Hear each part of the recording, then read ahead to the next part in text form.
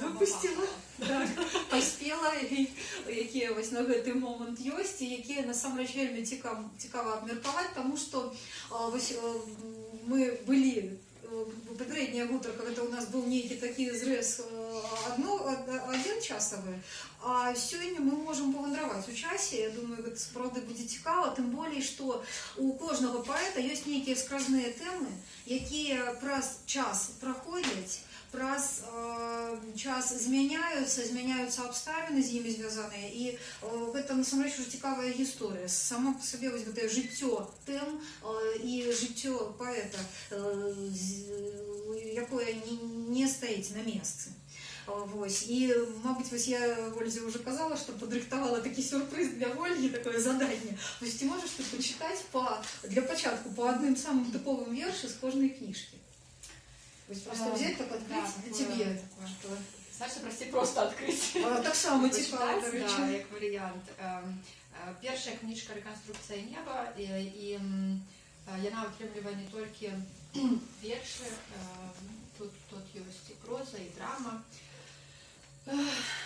Да, напэўна, я памятаю рэакцыю моей бабулі, потому что калі кніжка выйшла, ну не адразу, а праз нейкі час я прывезла і пакінула бабулі дзядулі в якасці прэзента. Ну і яна, напэўна, пагартаўшы, зрабіла мне такую забаву, што я шмат пра смерць пішу.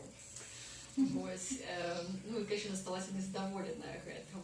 І цяпер з узростам я разумею, напэўна, ейную незадаволенасць, але, мне здаецца, для 2003 год, колькі мне тады было, 20, можа, з нечым. І, канешне, матэматычныя падлікі. Справа ў тым, што, мне здаецца, у падлеткавым узросце, ну, это ўжо не падлетак, канешне, але так як першая кніжка складалася і там выспявала, пачынаючы менавіта з гэтага падлеткавага ўзросту, тэма смерці — гэта адна, мне здаецца, з ключавых тэмаў шмат для каго.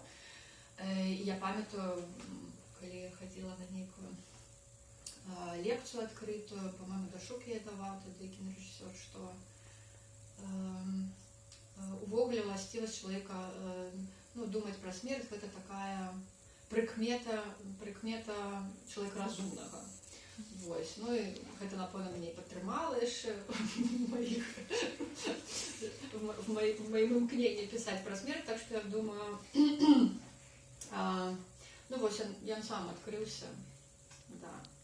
Што першы, што другі, ёсць дзеяслоў памерці. Так што, выберу другі.